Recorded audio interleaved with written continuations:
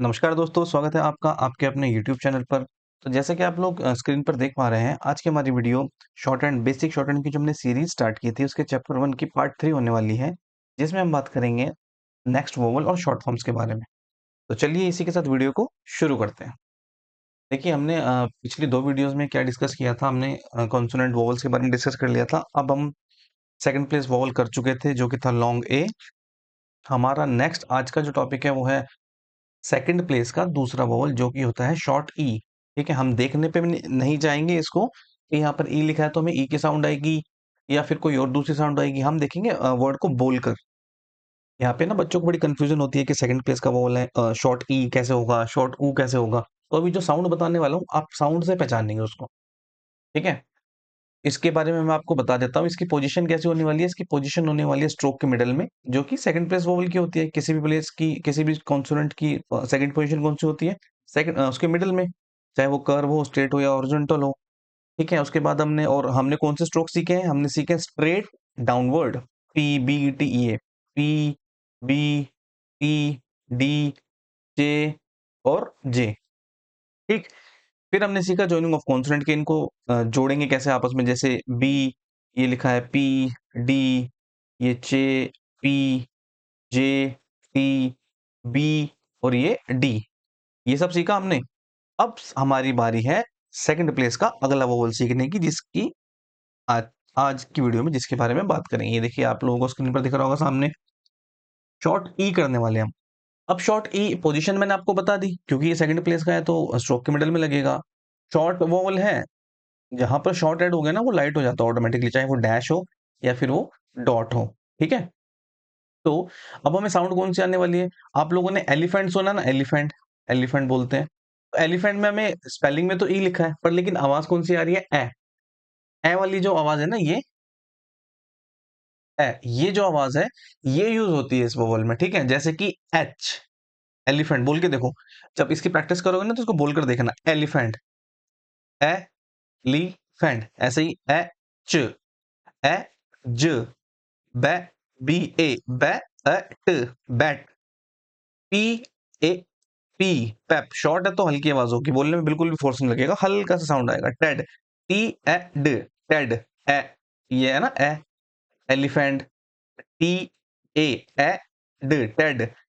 D A ट, इसको बोलते हैं डेट। ठीक है, बहुत सारे बच्चे इसको गलत पढ़ लेते हैं, जो शॉर्ट हैंड नहीं सीखेंगे ना अभी। बेसिक में बच्चों की गलती होती है, ये डेट बोलते हैं इसको। कोई भी स्ट्रोक या कोई किसी इंग्लिश शॉर्ट हैंड में किसी वर्ड की प्रोनाउंसिएशन क्या होगी, इसका पता कैसे लगाएंगे? नोट कर लो, ये इंपॉर्टेंट पॉइंट है। इसका पता हम लगाएंगे वो आउटलाइन कैसी बनी हुई है। आउटलाइंस के उसमें जो स्ट्रोक्स बने हुए हैं, उसके अकॉर्डिंग हम उसको पढ़ते हैं। जैसे डेप्थ बोलते हैं इसको ना, इस वर्ड को कई लोग क्या बोलते हैं? डेप्थ, डी ऐड कर देते हैं इसमें, लेकिन नहीं, वो गलत प्रोनाउंसिएशन है इसकी। हम इसको बोलते हैं डेट, क्योंकि इसमें डी ए और टी यूज हो रहा है। ठीक। इसी तरह से होता है जेट, जे ए और टी। बोलकर देखेंगे ना, इसलिए आपको एक मैं आपको लोगों को एडवाइस दूंगा, जितने भी स्ट्रोक्स बनाओगे, प्रैक्टिस करोगे, सभी को बोल बोल कर बनाना। ठीक है, प्रैक्टिस भी करना बोल बोल के, और जो फाइनल फेयर काम करोगे वो भी बोल बोल करना। और एक बात और, काफी सारे स्टूडेंट ने अपना होमवर्क नहीं भेजा। अगर आप होमवर्क करके चेक नहीं करवाओगे ना मुझसे, तो शॉर्ट हैंड नहीं आने वाली है आपको। एक टीचर का होना बहुत जरूरी है। आप काम जो आप कर रहे हो उसको चेक कौन करेगा? उसको कौन आप लोगों को बताएगा कि ये ठीक है ये गलत है? इसके लिए आप लोग ग्रुप में अपना होमवर्क भेजिए। ठीक है, व्हाट्सएप कम्युनिटी जो ग्रुप है, वहां पर अपना होमवर्क भेजा करिए। उसको चेक करके, मैं जिन भी स्टूडेंट से भेजा था, वो इस कमेंट में ना रिप्लाई जरूर करना। जिस भी स्टूडेंट ने अपना काम भेजा था होमवर्क करके, उनको उनका होमवर्क चेक करने के बाद, उनको उनकी गलती बताने के बाद अगला काम उनसे करवाया गया है। ऐसे ही शॉर्ट हैंड की बुक कंप्लीट हो सकती है आपकी। ठीक है, तो ये हमारा हो गया वोवल शॉर्ट ई। पोजीशन वगैरह सब सेम है, आप समझ गए होंगे इसको। अब बात आती है शॉर्ट फॉर्म्स की। ये शॉर्ट फॉर्म्स क्या होती है? शॉर्ट हैंड में ना ये बहुत जरूरी होती है शॉर्ट फॉर्म्स। अभी जो स्पीड वाले बच्चे आप लोगों ने ग्रुप में देखा होगा, मैंने पीडीएफ भेजी थी, तो सभी के कितने काम आ रही है वो, ये स्पीड बिल्डिंग में काम आती है। अब शॉर्ट फॉर्म्स को क्या है ना कि काफी सारे लोग क्या करते हैं कि एक साथ याद कर लीजिए। जो स्पीड पर है वो तो याद कर लेते हैं, पर लेकिन आप बेसिक वाले बच्चों के लिए बता देता हूँ मैं, ये प्लेस के अकॉर्डिंग होती है। कौन से प्लेस? वॉवल के प्लेस। अब वॉवल के प्लेस कैसे होते हैं? First, second, third. फर्स्ट वाले अबव द लाइन, सेकंड वाले ऑन द लाइन, और थर्ड वाले थ्रू द लाइन। यहां लिख देता हूं थ्रू द लाइन। ठीक, तो हम कौन सा वॉवल कर रहे हैं? हम कर रहे हैं सेकंड प्लेस। सेकंड प्लेस कैसा होता है? ऑन द लाइन होता है, ऑन द लाइन। तो इसमें जो शॉर्ट फॉर्म्स आएंगी वो भी ऑन द लाइन बनेगी। जैसे कि अभी शॉर्ट फॉर्म्स होती क्या है, जो हम कॉन्सोनेंट सीख चुके होते हैं ना, उन्हीं शॉर्ट फॉर्म, उन्हीं कॉन्सोनेंट का यूज करके ये आगे इसको शॉर्ट फॉर्म्स बना देते हैं। कैसे? देखो ऐसे, जैसे हमने एक कॉन्सोनेंट सीखा, कौन सा? बी। ठीक, बी सीखा हमने, डार्क होता है बी, एक मिनट मैं इसको डार्क कर लेता हूं।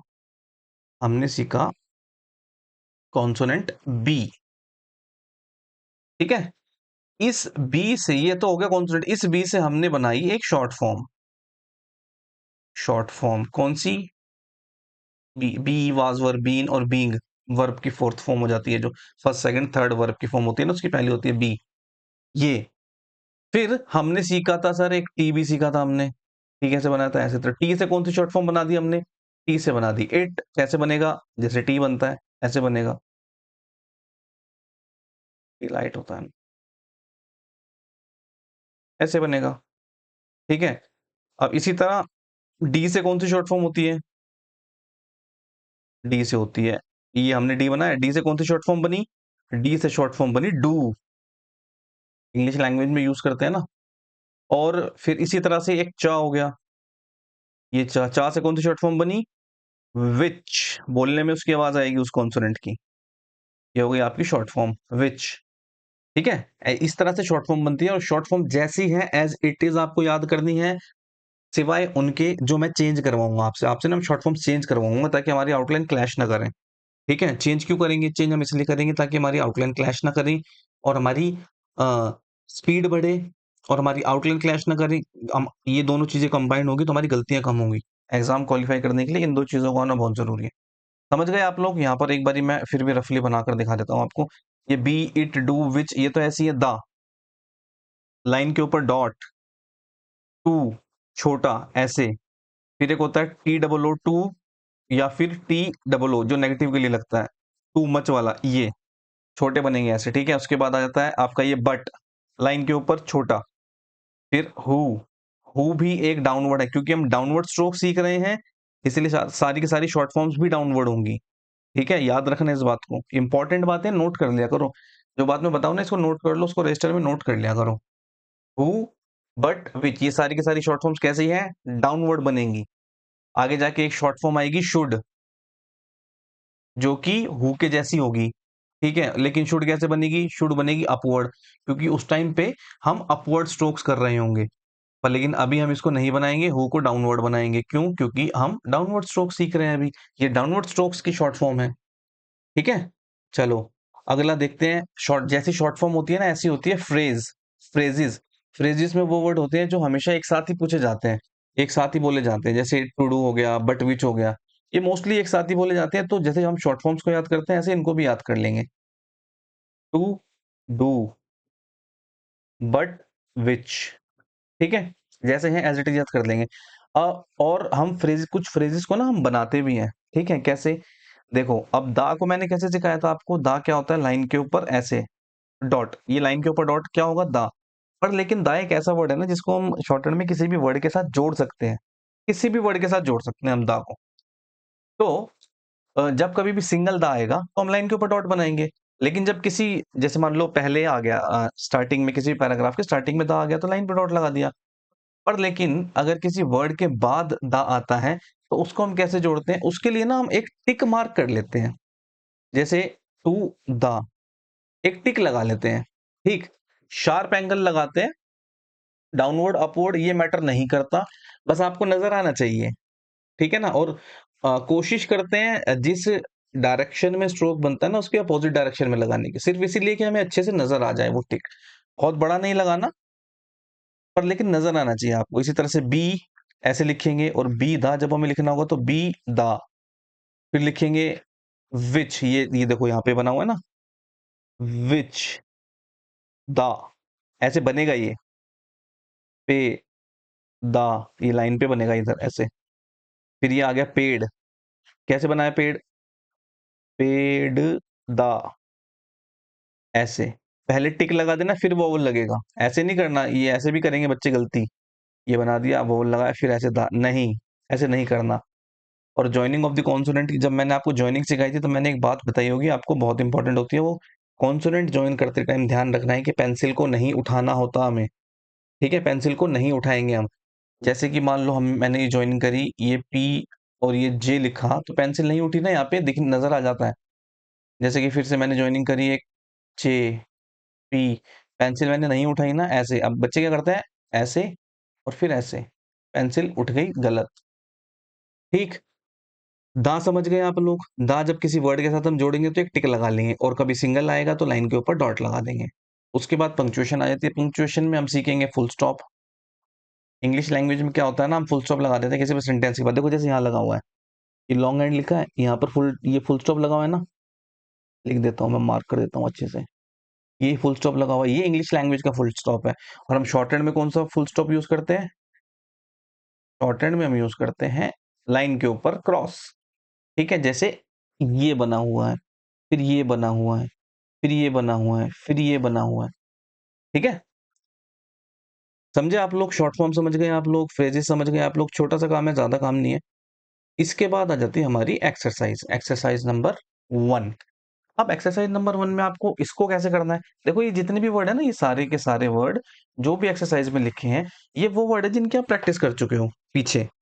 ठीक, तो इनकी प्रैक्टिस करने के बाद अब मेरी बात को ध्यान से सुनना, और जब जो भी मैं बताता हूँ ना उसको फॉलो करना। ठीक है, मैंने कहा बोल बोल के बनाने हैं तो बोल बोल के बनाइए उसको। ये सारे के सारे वो तरीके हैं जिनसे पता नहीं कितने 100 बच्चों ने सिलेक्शन लिया है अपना।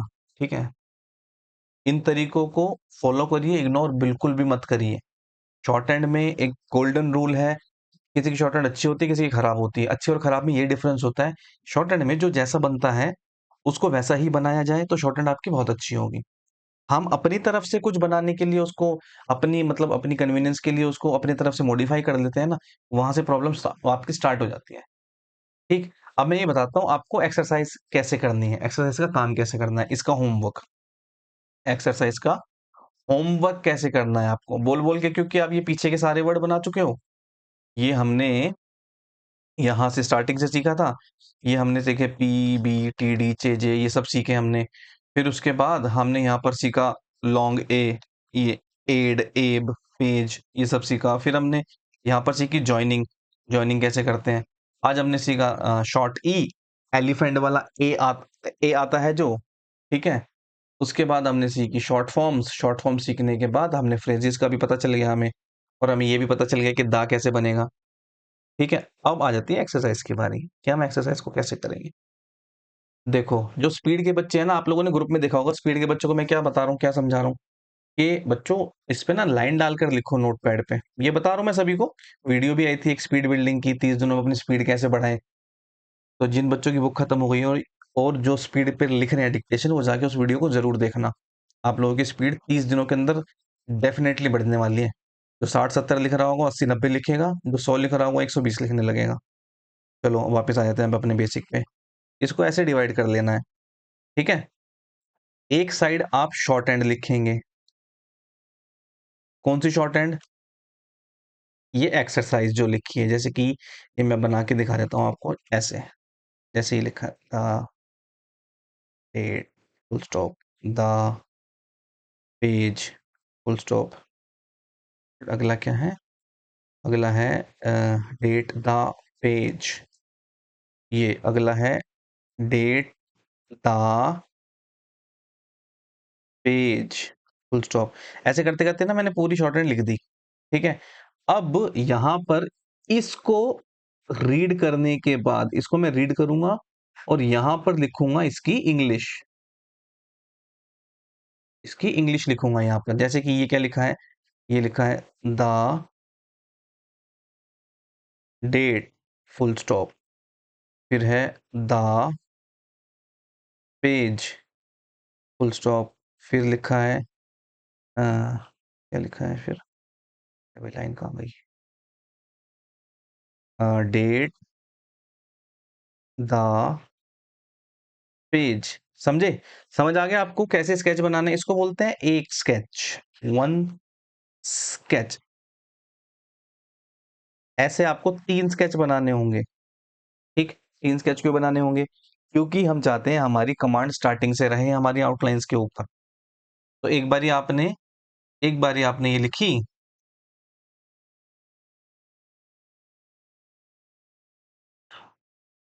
ये एक बारी आपने पूरी लिख ली, एक साइड, ये वाली साइड आपकी पूरी भर गई है यहाँ तक, ठीक? अब दूसरी साइड उसकी इंग्लिश लिखनी है पढ़ के। ऐसे एक बार हो गया, फिर नेक्स्ट पेज पे फिर से लाइन डाली हमने, फिर से लिखा स्टार्टिंग पे, स्टार्टिंग से यहाँ पर शॉर्ट हैंड लिखनी स्टार्ट करी, तो शॉर्ट हैंड को रीड करना है, और रीड करके यहाँ पर उसकी इंग्लिश लिखनी है, ठीक है? स्टार्टिंग से हम ऐसा करेंगे तो दो चीजें होंगी, एक तो हमें ऐसे लाइन डाल के लिखने की आदत हो जाएगी, दूसरा हमें इस लाइन का आइडिया हो जाएगा कि लिखनी कैसे, हमारी आउटलाइन का साइज स्टैंडर्ड रहेगा, जो कि मोस्ट इंपॉर्टेंट बात है। स्पीड पर ये बहुत काम आती है। जिन बच्चों की आउटलाइन बेकार होती है ना, उनसे पूछ के देखो, इतनी प्रॉब्लम होती है उनको। तो हम डे वन से इस चीज को फॉलो करेंगे, जब हम पहली बार एक्सरसाइज लिखेंगे हम तभी से उस चीज को फॉलो करने वाले हैं, जो हम मेन स्किल टेस्ट में करेंगे। ये मेन स्किल टेस्ट के काम बता रहा हूँ मैं आपको। जब स्किल टेस्ट देने जाते हैं ना एसएससी का, ऐसे लाइन डालते हैं, शॉर्ट हैंड लिखते हैं, फिर यहाँ पर एक्चुअली हम कर क्या रहे हैं, इसकी इंग्लिश हम हाथ से लिख रहे हैं, वहां पर इस शॉर्ट हैंड को पढ़कर आप लोग टाइप करोगे, तो कहीं ना कहीं आप स्किल टेस्ट की तैयारी अपने पहले दिन से कर रहे हो। हमारे साथ शॉर्ट हैंड करने का ये फायदा है आपको, और कहीं मेरे को पता नहीं ऐसा बताया नहीं होगा, होगा या नहीं होगा आपको, पर लेकिन अगर पहली बार सुन रहा है ना जो स्टूडेंट इस बात को, तो कमेंट में जरूर बताना, ठीक है? और वीडियो को आप लोग ज्यादा से ज्यादा लाइक और शेयर किया करो, और चैनल को सब्सक्राइब तो करना ही है आपको, अगर अच्छा स्टेनोग्राफर बनना है तो, ठीक है? चलिए वापस आते हैं यहाँ पर, समझ गए आप? एक दिन का काम हो गया आपका पूरा, और बचे हमारे वर्ड्स। इनकी प्रैक्टिस कैसे करनी है सर? तो जैसा मैंने पहले बताया था, इनकी इनका करना है आपको वन वर्ड हाफ पेज। ये कैसे काम कैसे करना है, ये पहली वीडियो में बताया था मैंने आपको, वहां पर देख लेना अगर किसी स्टूडेंट ने नहीं देखा तो, ठीक है? और बाकी यहाँ तो मैं बता ही दूंगा नहीं तो दोबारा। और शॉर्ट फॉर्म्स का भी यही है, वन वर्ड हाफ पेज, ठीक? और आपकी फिर आ जाती हैं फ्रेजेस। फ्रेजेस भी आपको ऐसे करनी है, ये वाले वर्ड, ये जो हमने दा वाली फ्रेज सीखी है, ये इसको भी ऐसे करना है, और टू डू बट विच इसको भी हमें ऐसे ही करना है, ठीक है? फिर एक्सरसाइज तो मैंने बता ही दिया आपको, चलिए मैं एक बार फिर भी बता देता हूँ कि वन वर्ड हाफ पेज कैसे होगा, जो बच्चे पहली बार देखेंगे वीडियो उनके लिए। देखो, ये हो गया आपका फुल पेज ना, यहाँ से लेके पेज स्टार्ट हुआ और ये यहाँ तक हो गया।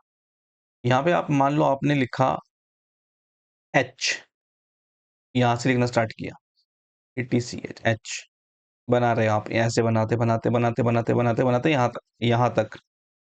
फिर अगला एज, हाफ हाफ हाफ बनाते बनाते बोल बोल के, ये सब बोल के बनेंगे, ऐसे करते करते यहाँ तक, ठीक? काम करने के दो आपको फॉर्मूले बता रहा हूं। स्ट्रोक्स के अंदर यूनिफॉर्मिटी होनी चाहिए, मतलब यहां से लेके एंड तक, यहां तक सारे के सारे एक जैसे होने चाहिए, ठीक है? जैसे कि मान लो ये तो एच है, यहाँ पर खत्म होगा ना, तो लेके यहां से लेके यहां तक सारे के सारे ये पोर्शन पूरा सब के सभी एक जैसे होने चाहिए, अलग नहीं होने चाहिए, ठीक है? हाफ हो गया, ये शॉर्ट फॉर्म्स हो गई हाफ। ऐसे आपको वन वर्ड हाफ पेज में इसको डिवाइड करना है। सभी को काम क्लियर हो गया होगा आई होप, और उसके बाद भी किसी बच्चे को काम क्लियर ना हुआ हो तो वीडियो को रिवाइंड करना और दोबारा देख लेना, उसके बाद भी ना हो तो व्हाट्सएप कम्युनिटी पे पूछ लेना, ठीक है? तो आई होप आपको ये लेक्चर पसंद आया होगा। इसी के साथ वीडियो को हम एंड कर रहे हैं। अब इसकी आपको नेक्स्ट वीडियो मिलेगी नेक्स्ट चैप्टर की। नेक्स्ट चैप्टर कौन सा है हमारा? नेक्स्ट लेक्चर होगा ये सेकंड ग्रुप ऑफ कॉन्सोनेंट, जो कि हमने बात की थी स्ट्रेट, कर्व और हॉरिजॉन्टल की बात की थी ना। स्ट्रेट तो कर लिए, अब बारी है कर्व स्ट्रोक्स की, कर्व स्ट्रोक करेंगे अगली क्लास में, ठीक है? तो चलिए इसी के साथ हम वीडियो को यहाँ पर एंड करते हैं। वीडियो आप लोगों को अच्छी लगी हो तो चैनल को लाइक करना, शेयर करना और चैनल को सब्सक्राइब जरूर करना, और कमेंट बॉक्स में जरूर बताया करो आपका क्या एक्सपीरियंस रहा ये क्लास अटेंड करके। जो स्टूडेंट जिन कहीं और बुक कर रहे हैं वो भी जो भी इस वीडियो को पहली बार देखेगा ना, इस वीडियो का एक्सपीरियंस जरूर शेयर करना कमेंट बॉक्स में, ये जरूरी है, ठीक है? चलिए।